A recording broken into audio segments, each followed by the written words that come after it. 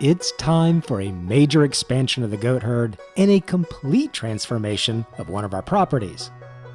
I know I've talked about other episodes having major advancement for the farm, but this time, I believe we may have outdone ourselves.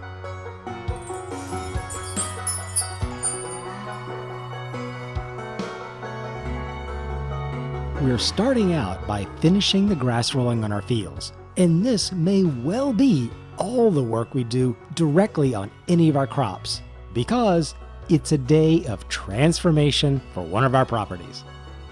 I plan to turn it into an amazing new goat pasture and expand the herd, because the goat milk has been an exceptional moneymaker for the farm. We need more goats. All they require is some water and some grass, and out comes goat milk, which sells for about $3,000 a pallet. We'll just finish up the last of the rolling, then get to work on the new pasture.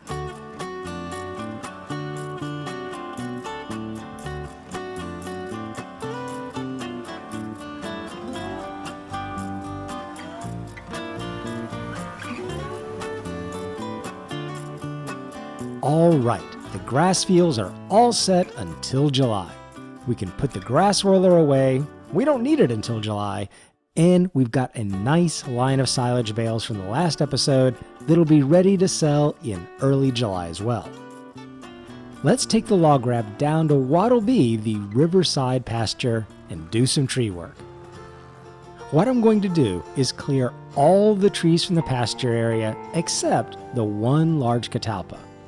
I'll take the trees up to the sawmill and just deposit them there as stockpile for later use. Some will be taken by the sawmill right away, but most of the wood will be stacked as a reserve. Once the trees are cleared, we can move on with the next step of the pasture, because there is still quite a bit that needs to be done.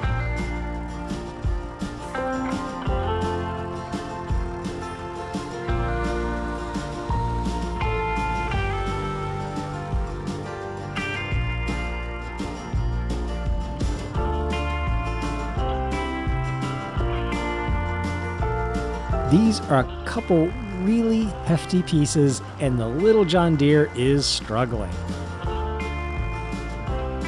That looks to be about all the sawmill can take, so we'll nudge the big log into the trigger and go fetch the rest of the trees as more reserve wood.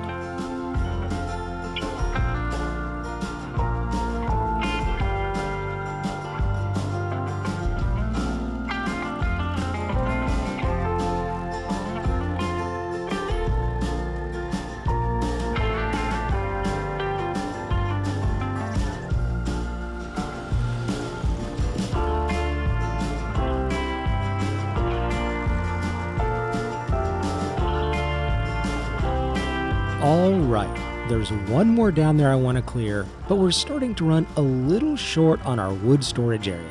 And we do have until June, so I'll let the sawmill process some of the wood already in the mill, and maybe we can just put most of the last tree we want to clear directly in for lumber. In the meantime, though, we need to earn some money to buy our new goat barn and enclosure. And that means, you guessed it, looking to our lovely lodgepole pines. If you have the patience to plant trees and wait for them to reach full maturity, they are an awesome moneymaker. And for us, it allows us to take down a few trees as we go to afford things when the timing is right. So let's get a couple trailer loads sold. That's about 6 trees, and see where we are.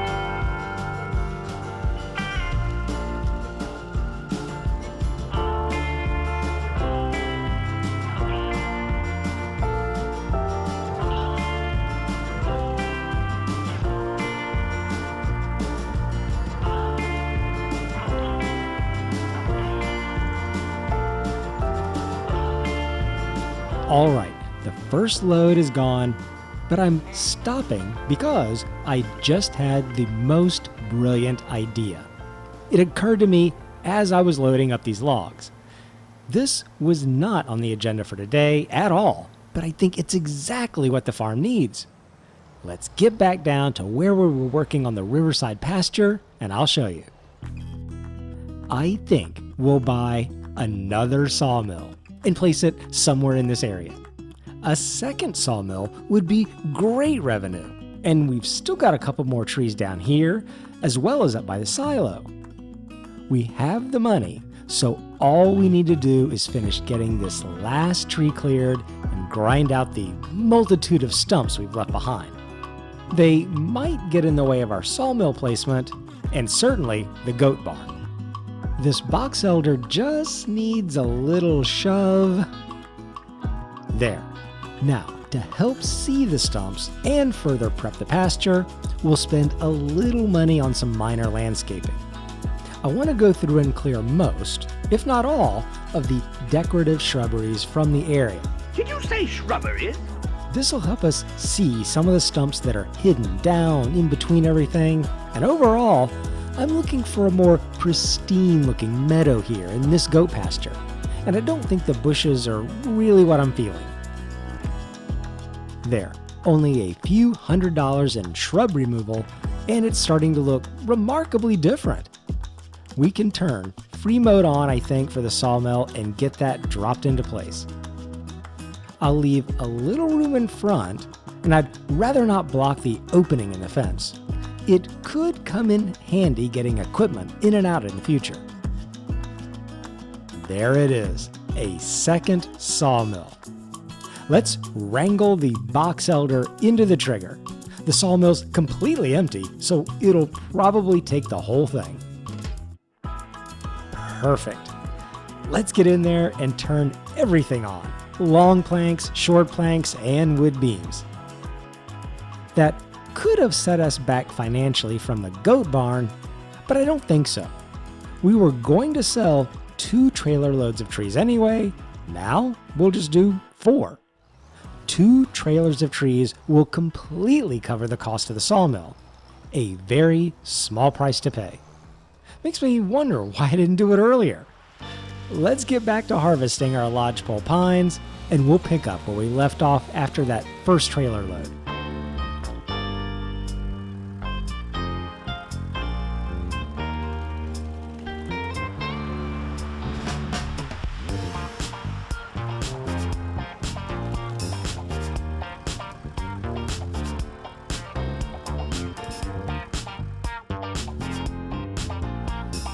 As we deliver this next trailer of logs, I'm also rewarding the work ethic of our amazing sawmills by giving them their own special name.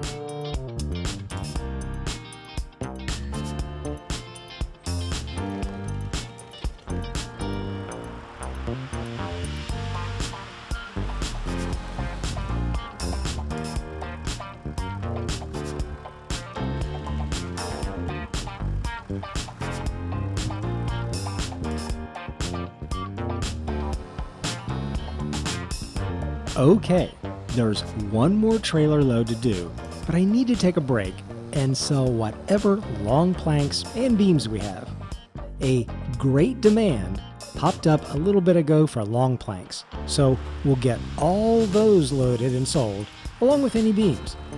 This should be a nice boost to the account, and it's 2 months before we'll be selling the short planks.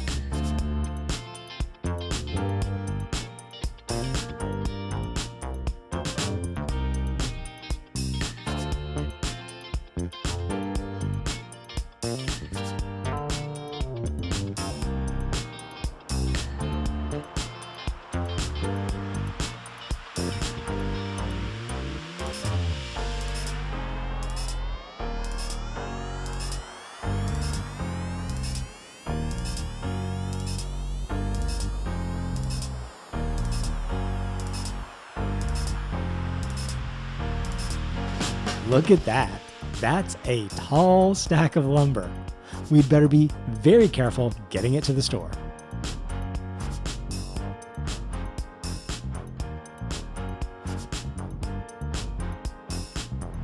Well, we had a couple close calls, but we made it. The long planks go into the playground maker area for the great demand payout, and the beams into the regular playground. a little over 21,000. That's what we like to see. We can leave the trailer back at Amazing Sawmill 1. We'll need that for the short planks in June, and get ourselves set back up with the log grab to get our last trailer load of timber.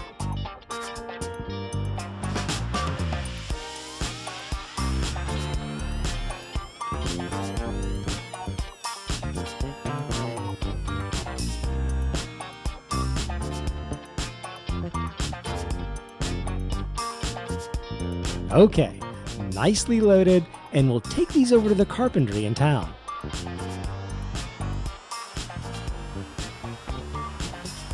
Over 19,000. This also makes me think we should try another one of the small productions and get maybe a small carpentry. The sawmill's been amazing. Maybe all the wood productions are equally impressive. We should try it out. While we're here, we'll pick up a stump grinder so we can rid the area of any stumps in the new goat area. Any stumps will create an obstacle when we try to place our fencing, so we want as many of those removed as we're able to find. We'll also get rid of other stumps in our planted tree areas.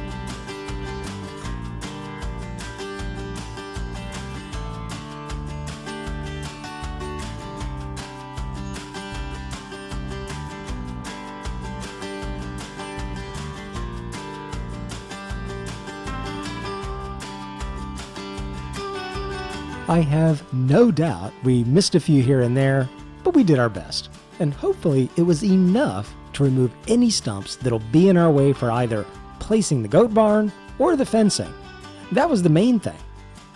We'll return the stump grinder back to the store, and that's it for April, and probably most of May. What I'm looking to do is raise enough money for the large goat barn, which is right around $98,000. And that's before probably another $15,000 at least in custom fencing. The only thing we need to do here in May is water the goats. July will be when the goats give birth. So, as long as we have everything all set up in June, July will double the goat herd and start us on the road for more milk production. Let's advance to June so we can sell our short planks and at least have the revenue in hand to be able to make a decision on which barn we want. It's June. Time to get straight to those short planks. We got money to make, and our future goat pasture is waiting.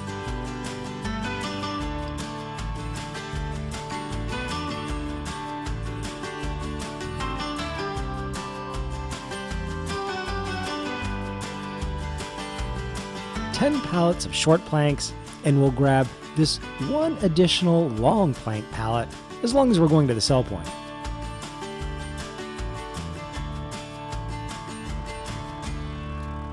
Over 19,000. You realize that between the lumber we sold in April and this load, that's over 40,000 in rough cut lumber. I'm so glad we bought that second sawmill. It's going to be so good for the farm. It's already starting to produce pallets. Now though, it's time to place the new pasture. I spent quite a bit of time, most of it off camera, spinning and flipping the large barn around this way and that, trying to get an orientation that gave me good access to the different triggers, mainly the spawn point for the goat milk itself, though the feeding trough and where you load and unload animals needs some access as well. In the end, I decided the medium-sized goat barn was the best option. It's a little smaller, which actually looks more appropriate in the landscape, and also had the best access to all the triggers. Turning it a bit to the side also kept it more on the level ground, which is very important for placement, and I think it'll give an interesting look after I finish placing all the fencing, which can get a little tricky, believe it or not. So I'd strongly recommend saving the game right before you start doing any barn or fencing placement. That way, you can just reload or restore the game back the way it was before you made your disastrous mess with the barn or fencing. There. We'll let it create the meadow grass in the pen. Let's see what we've got. Wow, that's looking very good. Let's see how many goats it'll hold. 48. That's 22 more than what the barn holds without any expanded custom fencing. Yeah, this turned out great. It's so idyllic with the shade from the neighboring trees. The big catalpa looks nice in the middle. The river in the background bordering the pasture. Even the way the front of the barn faces the new sawmill to make kind of a little working area that has different ground than the pasture. There's no strange-looking bumps in the elevation around the barn. I couldn't have wanted it any better. I just can't believe it. But it needs one more thing before we give it a really good drooling, and that's some goats, which will get put in right away in the next episode. Hit the like button if you're even half as pleased as I am, and I'll see you in the next one.